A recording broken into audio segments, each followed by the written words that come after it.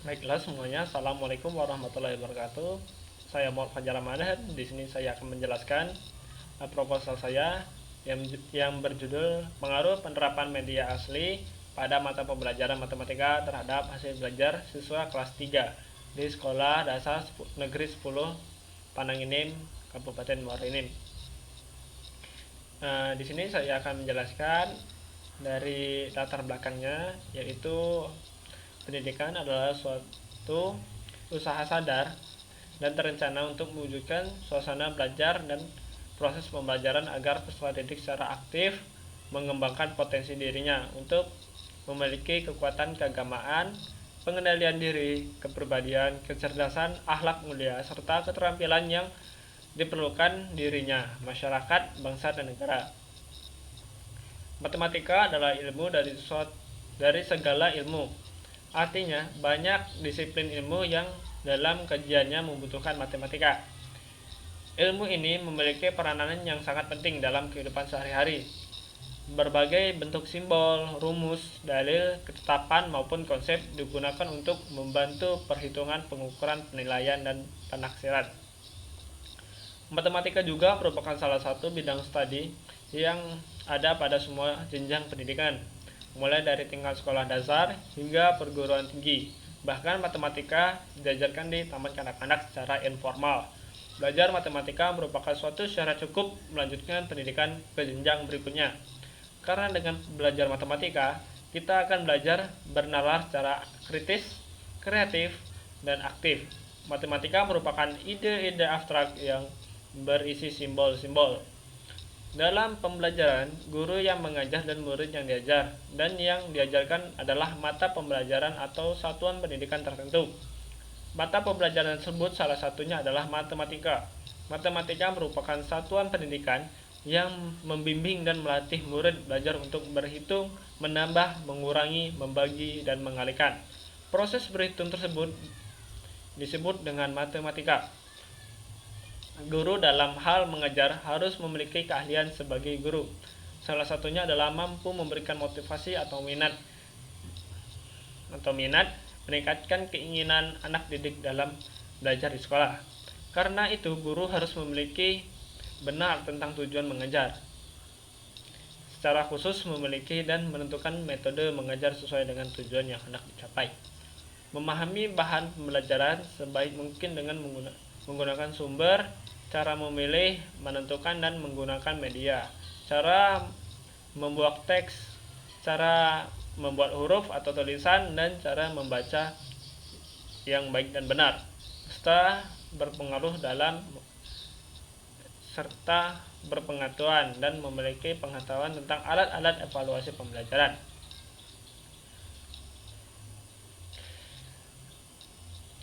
Peradaban manusia berubah dengan pesat karena ditunjang oleh adanya peran serta matematika yang selalu mengikuti perkembangan ilmu pengetahuan teknologi.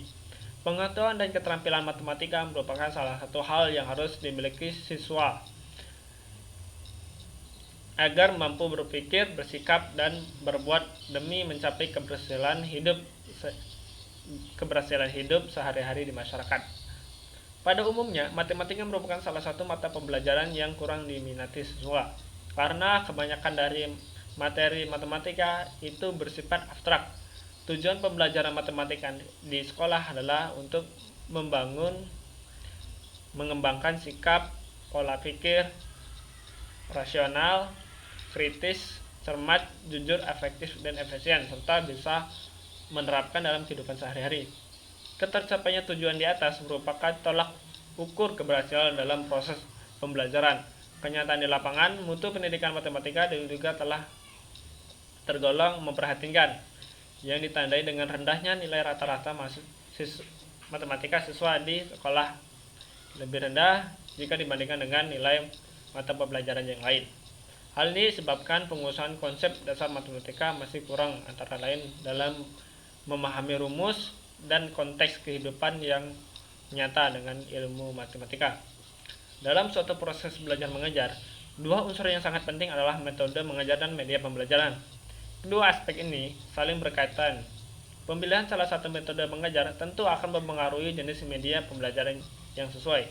Meskipun masih ada berbagai aspek yang harus diperhatikan dalam memilih media pembelajaran, antara lain ialah tujuan pembelajaran dan karakteristik siswa.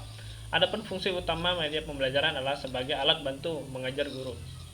Salah satu teknik untuk meningkatkan hasil belajar siswa adalah dengan menggunakan media pembelajaran yang dapat membantu siswa-siswi mengerti dengan materi yang disampaikan.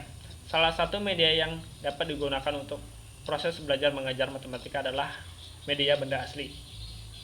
Media benda asli merupakan benda yang sebenarnya membantu pengalaman nyata peserta didik dan menarik minat dan semangat belajar siswa.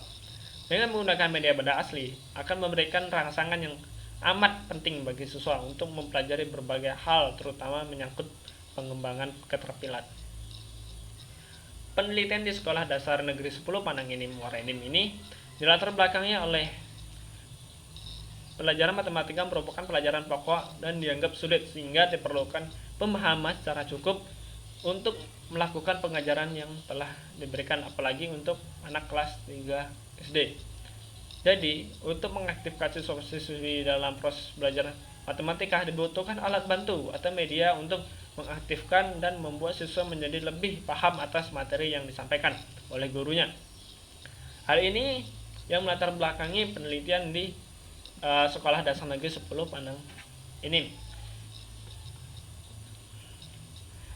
Nah, hal ini yang melatar belakangi penelitian di Sekolah Dasar Negeri 10 Pananginim ini adalah rendahnya hasil belajar siswa terhadap mata pelajaran matematika.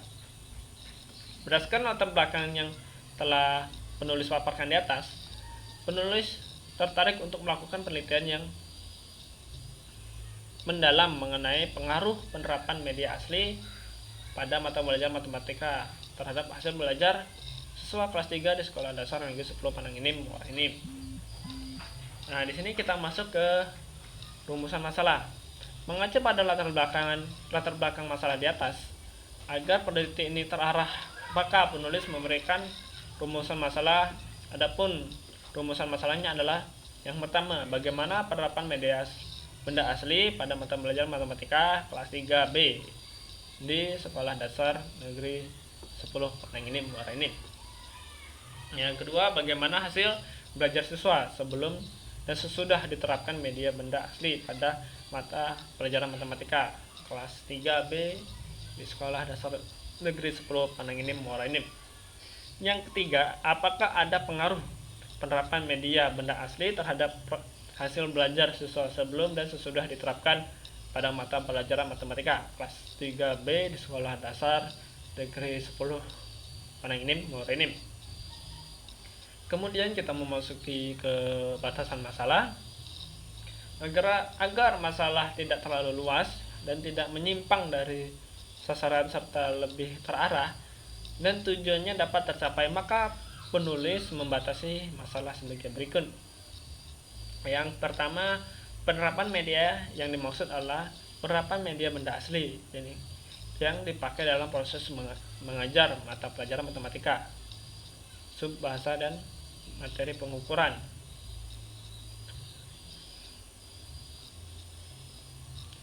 Nah, selanjutnya yang kedua, hasil belajar yang dimaksud adalah hasil belajar yang dilihat dari tes mata pelajaran matematika kelas 3B di Sekolah Dasar Negeri 10 Pananginim Muara Enim.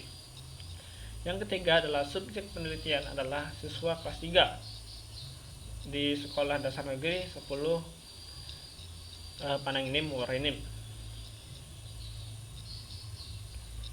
Nah, di sini kita lanjut ke tujuan penelitian. Adapun tujuan penelitian ialah satu, untuk mengetahui bagaimana penerapan media benda asli pada mata pelajaran matematika di kelas 3 di SD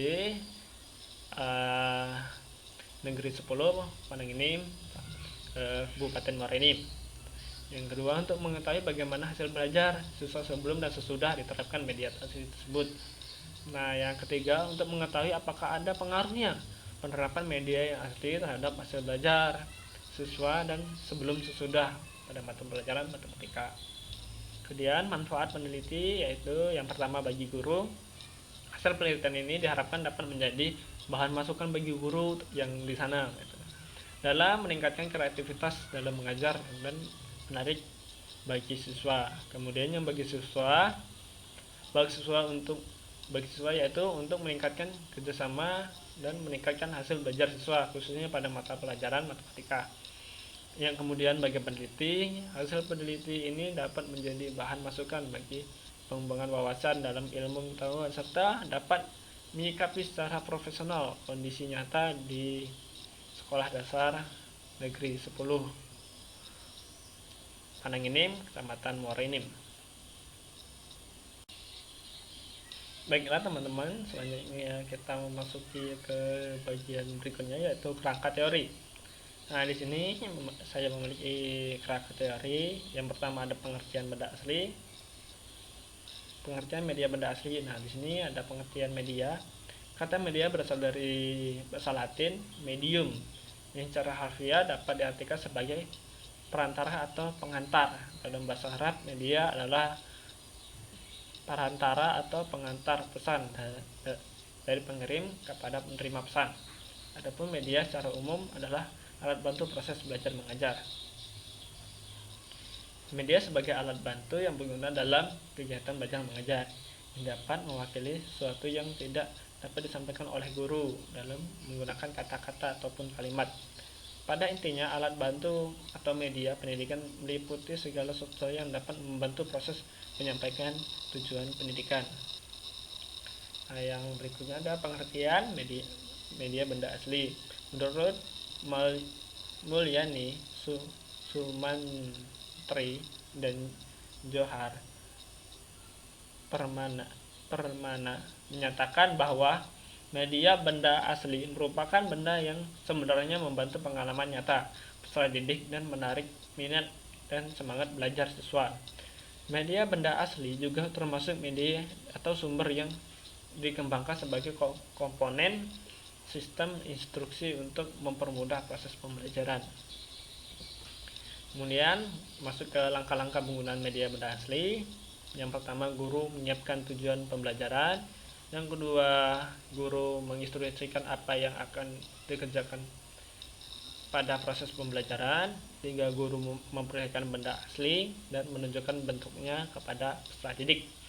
Yang keempat, guru memberikan kesempatan kepada siswa untuk memegang benda asli yang digunakan dalam proses pembelajaran. Yang kelima, guru melakukan kegiatan tindak lanjut. Yang keenam, guru melakukan evaluasi. Kemudian masuk ke hasil belajar. Hasil belajar adalah sesuatu yang diperoleh dalam usaha sadar yang dilakukan oleh seseorang atau kelompok dalam pembelajaran.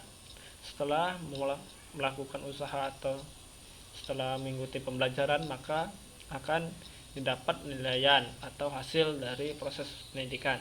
Hasil belajar dapat diartikan sejauh mana daya serap atau kemampuan siswa dalam memahami materi pembelajaran yang disampaikan oleh guru di kelas. Hasil belajar adalah pola-pola pembuatan nilai-nilai, pengertian, sikap-sikap, apresiasi, dan keterampilan.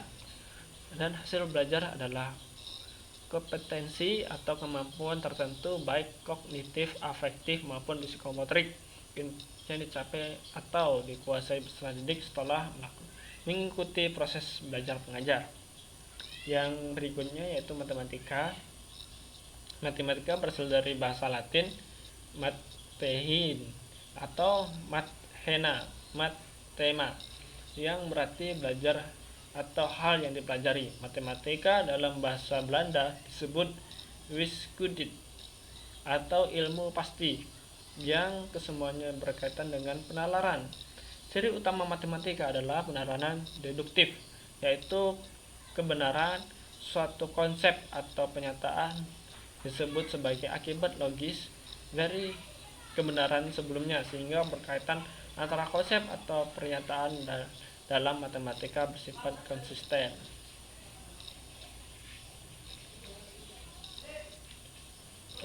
Kita lanjut ke di sini kita lanjut ke bab 2 di landasan teori yang diawali dengan tinjauan pustaka. Tinjauan pustaka merupakan uraian singkat tentang hasil penelitian terdahulu yang dilakukan para mahasiswa yang berkaitan dengan penelitian yang akan dilakukan penulis. Berdasarkan hasil pengamatan, penulis belum menemukan topik penelitian yang sama dengan topik penelitian yang ingin penulis lakukan. Namun ada penelitian yang memiliki kemiripan, yaitu skripsi yang ditulis oleh Apriani 2009 Fakultas Tarbiyah dan Keguruan dengan judul Pelaksanaan Pendekatan Pendidikan Matematika Realistik Indonesia terhadap hasil belajar materi bangun datar di kelas 5 Madrasah Ibtidaiyah Nurul Yakin Palembang, bahwa subjek dalam penelitian ini adalah siswa kelas 5 untuk memperoleh data yang akurat, maka mengumpulkan data dengan observasi, wawancara, angket, dan dokumentasi. Pelaksanaan pendekatan pendidikan matematika realistik pada materi bangun datar di kelas 5 Madrasah Ibtidaiyah Nurul Yakin Palembang dapat dikatakan berhasil pada siklus pertama. Nilai tertinggi itu 95, terendahnya 45. Siklus keduanya nilai tertinggi 96, terendahnya 50. Siklus ketiga itu nilai tertinggi 97. Kemudian masuk ke siklus yang ketiga, yaitu tertinggi 97 dan terendah itu 52. Jadi pelaksanaan pendekatan pendidikan matematika terhadap hasil belajar materi bangun datar di kelas 5 MI Darul Yakin Palembang terdapat pengaruh yang signifikan. Skripsi ditulis oleh Zaimawati 2014 Fakultas Tarbiyah dan Keguruan dengan judul Pengaruh Metode Mengajar Guru terhadap Hasil Belajar Siswa pada Mata Pelajaran Matematika di SMP Negeri 1 Pemulutan Kecamatan Pemulutan Kabupaten Ogan Ilir, bahwa subjek dalam penelitian ini adalah siswa kelas 6 yang berjumlah 35 orang. Untuk memperoleh data yang akurat, maka pengumpulan data dengan observasi, wawancara, angket, dan dokumentasi. Hal ini terbukti dari perhitungan koreksi produk momen yang hasil keseluruhan bahwa 0,325 lebih kecil dari 0,635 lebih besar dari 0,418. Artinya semakin baik metode mengajar guru yang diterapkan, maka semakin baik hasil belajar yang dicapai siswa. Ia juga mengatakan bahwa metode mengajar guru sangat tepat dalam pembelajaran dan hasil belajar siswa pun semakin baik. Sebagai metode mengajar guru merupakan salah satu metode belajar yang paling relevan. Dalam metode mengajar guru, materi yang akan disampaikan akan dipahami siswa dan meningkatkan hasil belajar siswa.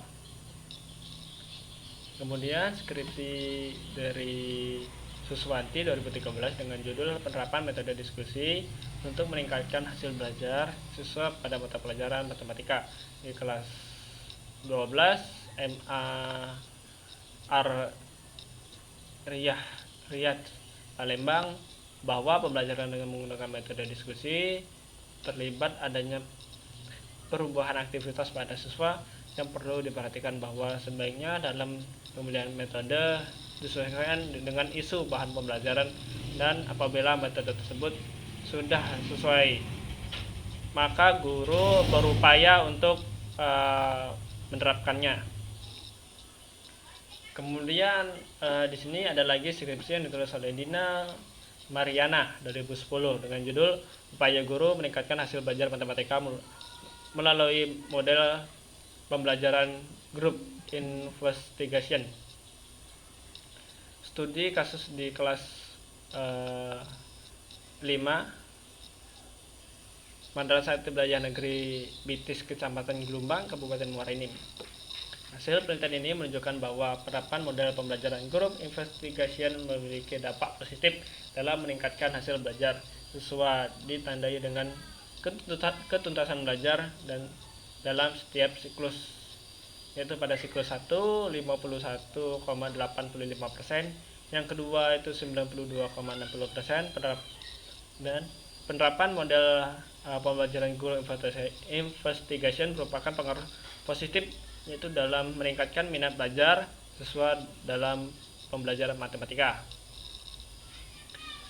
Dan kemudiannya lagi ada skripsi ditulis oleh Idi Nurhaman 2010 dengan judul Upaya Meningkatkan Hasil Belajar Murid pada Pembelajaran Matematika melalui metode Juritmatika di kelas 2 Min Menanti, Kecamatan Kelakar, Kabupaten Muara Enim. Hasil penelitian ini mengungkapkan bahwa sebelum menggunakan metode juritmatika, hasil belajar siswa masih rendah. Persentase ketuntasan belajar hanya 9,9% dengan rata-rata 2,0.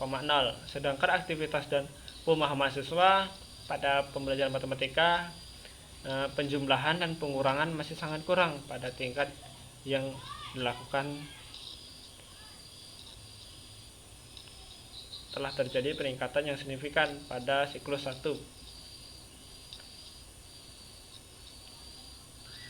Nah, terlihat bahwa presentasi ketuntasan belajar yaitu 54,54 dan rata-rata 2,7 atau hanya 12 orang siswa dari 22 siswa. Sedangkan pada siklus kedua terlihat bahwa presentasi ketuntasan belajar 68,18 dan rata-rata 3,04 atau baru 15 orang pada siklus itu. Kemudian masuk lagi ke siklus yang ketiga, itu meningkat signifikan. Presentasinya ketuntasannya itu 81,81% dengan rata-rata 3,09 atau 18 orang dari 22 siswa dari kelas 2 Menanti, Kecamatan Kelakar, Kabupaten Muara Enim. Penggunaan metode juritmatika telah terbukti dapat meningkatkan hasil belajar siswa dalam pembelajaran matematika, penjumlahan dan pengurangan. Hal ini ditujukan pada hasil penelitian siklus 1, siklus 2, dan siklus 3.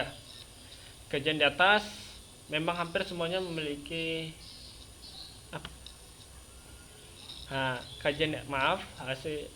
kajian di atas memang hampir semuanya meneliti tentang pengaruh penerapan media pada pembelajaran matematika terhadap hasil belajar.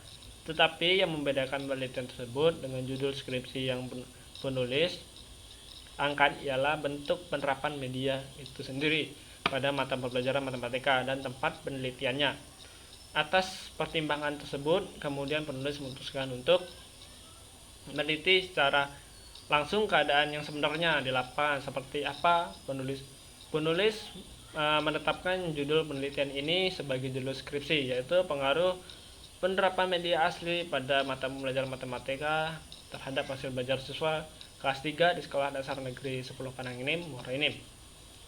Nah, di sini ada hipotesisnya. Hipotesis adalah dugaan atau jawaban sementara terhadap suatu fenomena atau pertanyaan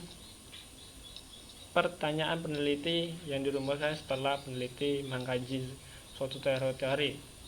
Hipotesis penelitian ini adalah HA.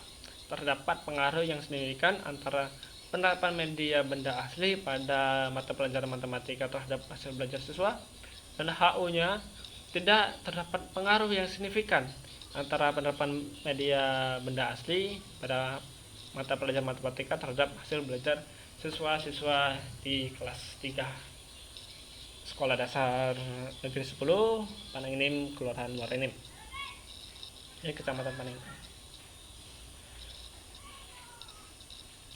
Kita lanjut ke bab ketiga, yaitu ada metodologi penelitian. Yang pertama ada tempat dan waktu penelitian. Nah, penelitian dilaksanakan di Sekolah Dasar Negeri 10 Panang Enim, Kabupaten Muara Enim, Provinsi Sumatera Selatan. Waktu penelitian ini berlangsung selama 1 bulan. Jenis dan desain penelitian. Jenis yang digunakan oleh penelitian adalah jenis penelitian eksperimen. Penelitian eksperimen adalah metode penelitian yang dapat dapat menguji secara benar hipotesis yang menyangkut hubungan sebab akibat. Rancangan penelitian studi eksperimen ini diambil karena penelitian langsung berpartisipasi dalam proses penelitian, mulai dari awal sampai dengan berakhirnya penelitian tersebut. Penelitian juga langsung mengajarkan mata pelajaran matematika tentang materi pengurangan, pemecahan, dan penerapan media benda asli. Penelitian ini adalah penelitian pre-eksperimental design.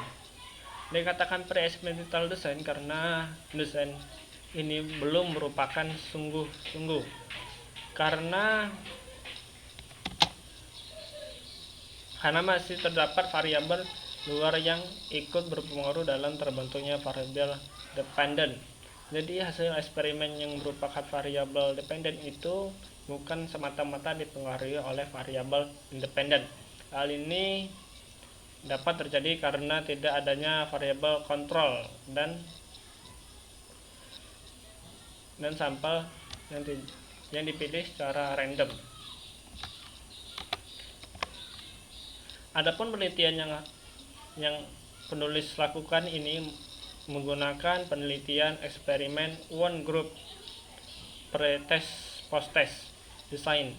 Desain ini terdapat pre-test sebelum diberikan perlakuan. Dengan demikian hasil perlakuan dapat diketahui lebih akurat karena dapat membandingkan dengan keadaan sebelum diberinya perlakuan. Maksud ke bagian berikutnya yaitu definisi operasional variabel. Di sini yang pertama ada variabel penelitian.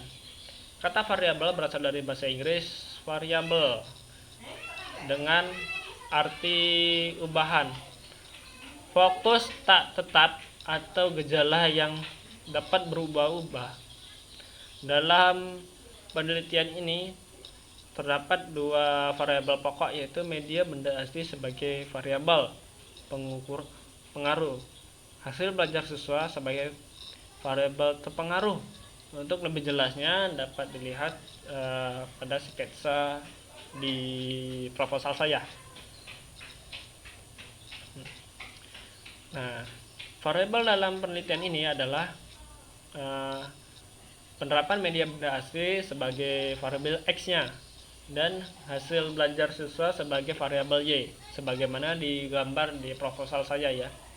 Nah, itu ada keterangannya, di mana X itu penerapan media asli, sedangkan Y itu hasil dari belajarnya siswa.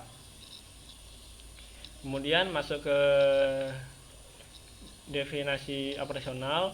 Untuk menghindari kekeliruan penulis terhadap variabel penelitian, maka penulis menganggap perlu diberikan definisi operasional sebagai berikut, yaitu yang pertama A, variabel pengaruh dalam penelitian ini adalah penerapan media asli merupakan benda yang sebenarnya membantu pengalaman nyata peserta didik dan menarik minat dan semangat belajar siswa. Dengan menggunakan media benda asli akan memberikan rangsangan yang amat penting bagi siswa untuk mempelajari berbagai hal, terutama menyangkut perkembangan keterampilan dan mata pelajaran matematika. Kemudian ada B, yaitu variabel pengaruh adalah hasil terpengaruh adalah hasil belajar, yaitu penguasaan materi pembelajaran, pemahaman atau keterampilan yang dikembangkan melalui mata pembelajaran. Lazimnya ditunjukkan dengan nilai tes atau angka nilai yang diberikan oleh guru. Kemudian kita lanjut ke D, yaitu populasi dan sampel. Populasi adalah wilayah generalisasi yang terdiri atas objek atau subjek yang mempunyai kualitas dan karakteristik tertentu yang ditetapkan oleh peneliti untuk dipelajari dan kemudian ditarik kesimpulannya. Sedangkan sampel adalah bagian dari jumlah dan karakteristik yang dimiliki oleh populasi tersebut. Adapun populasi dalam penelitian ini adalah siswa-siswi sekolah dasar negeri 10 Panang Inim tersebut. dari kelas 1 sampai kelas 6 berjumlah 394 orang siswa. Mengingat besarnya jumlah populasi dan keterbatasannya waktu, biaya serta tenaga, maka penarikan sampel dilakukan secara acak. Sampel yang diambil dalam penelitian hanya di kelas 3B di Sekolah Dasar Negeri 10 Pananginim, Kecamatan Pananginim, Kabupaten Muara Enim, yang berjumlah 27 siswa. Pengambilan sampel dilakukan dengan cara stratified random sampling, yaitu teknik penentuan sampel berdasarkan kelas. Adapun jumlah sampel dilihat pada tabel di proposal saya ya. Di situ ada tabel, ada kelasnya, itu kelas 3B, laki-lakinya 15, perempuannya itu 12. Jadi hasilnya 27 siswa. Kemudian kita masuk ke bagian E, yaitu prosedur penelitian. Yang pertama ada jenis data. Di sini saya menggunakan berbagai jenis data.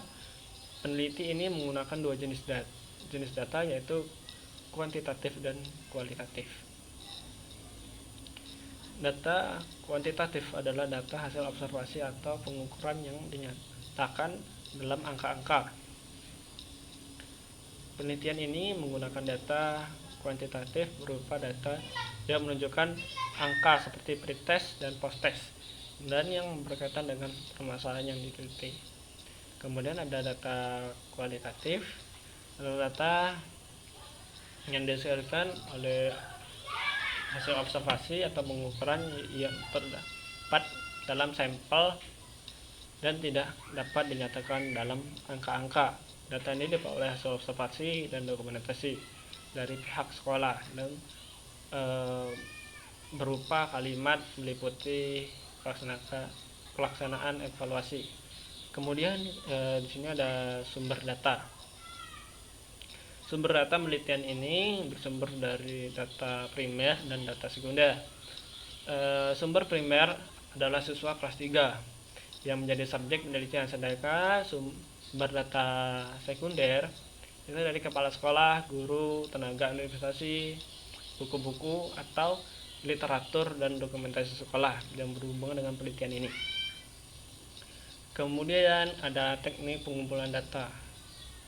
Nah, di sini ada pun teknik pengumpulan datanya adalah yang pertama ada observasi. Secara umum observasi adalah menghimpun bahan-bahan keterangan data yang dilakukan dengan mengadakan pengamatan dan pencatatan secara sistematis terhadap fenomena-fenomena yang sedang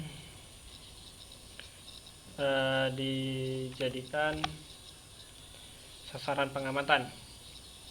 Kemudian ada metode dokumentasi. Metode ini digunakan untuk pengumpulan data tentang tentang Sekolah Dasar Negeri 10 Pananginim, Kabupaten Muara Enim, seperti keadaan guru dan tenaga administrasi, keadaan siswa, dan keadaan sarana prasarana. Baiklah, kita lanjutkan kembali. Selanjutnya ada metode tes. Metode tes digunakan untuk mengukur kemampuan individu siswa serta peningkatan nilai siswa sebelum dan sesudah mendapat perlakuan pada kelas eksperimen. Jika tes yang diberikan kepada siswa berupa pilihan ganda sebanyak 10 soal. Langkah-langkah sebagai berikut. Yang pertama ada mengadakan pretest, tes yang diberikan pada siswa sebelum mereka mengikuti program pembelajaran.